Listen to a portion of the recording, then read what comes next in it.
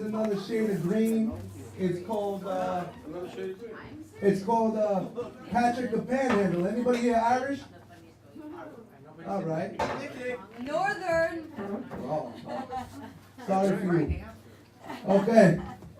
A Turalura, one foggy morning in the year of our Lord 1995, Patrick the Panhandler stepped onto a crowded number 1 line.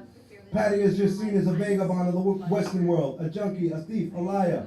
Back home, he was probably called Jippo, Pikey, Knacker, before he could comprehend what those words meant. As Patty's cries of desperation fell on deaf ears of mostly black and Latino strap-hangers, his dramatic tone and accent tells me stories of pastel-colored bungalows, some with wrought iron fences, some with slate, and other with thatched roofs, winding cobblestone streets, car parks turned into campsites. His features told me stories of Spanish sailors and merchants in the port of Galway Bay.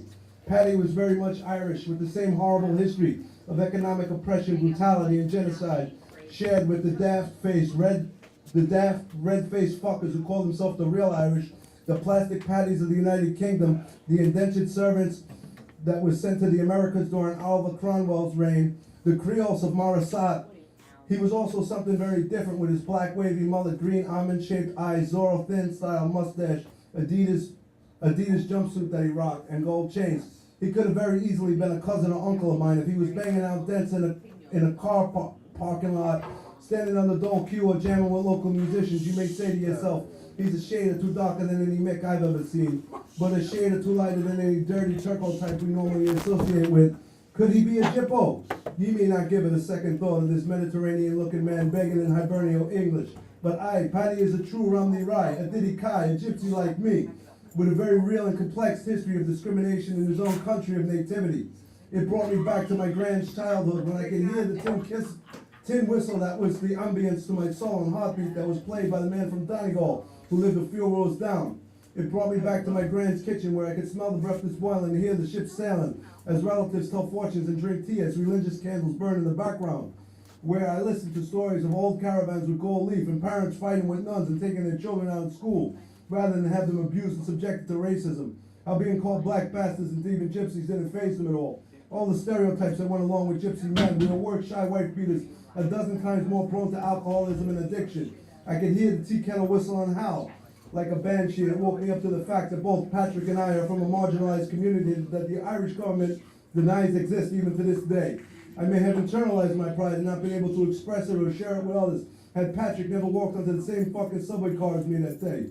The dangers and stigmas that went along with the words Irish, Rom, Irish, Gypsy. But Patty's freedom and swagger made me proud because it's only one that we could have. A Turalura, a fucking panhandler made me more proud to be Irish than any stupid corned beef and cabbage. Fuck me, I'm Irish, let's go out and celebrate a colonialized mentality parade. Nigger knacker, paddywhacker, discrimination hurts. Generations of being good Catholics never got this equality. I got news for all of you, we're the lords of Little Egypt. People have coexisted in Irish society since the 1600s. We are fortune tellers, kings, horse traders, fiddlers, boxers, and storytellers. We are actors and musicians. We're people who tar your roads and pave. We're people who pave your roads and tar your roofs.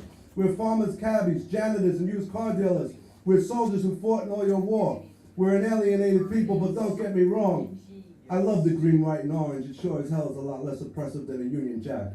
But sometimes I wish I could paint a big old traveler wheel on it for people like Patty and me. Yeah, motherfucker! I got one more. I want to get the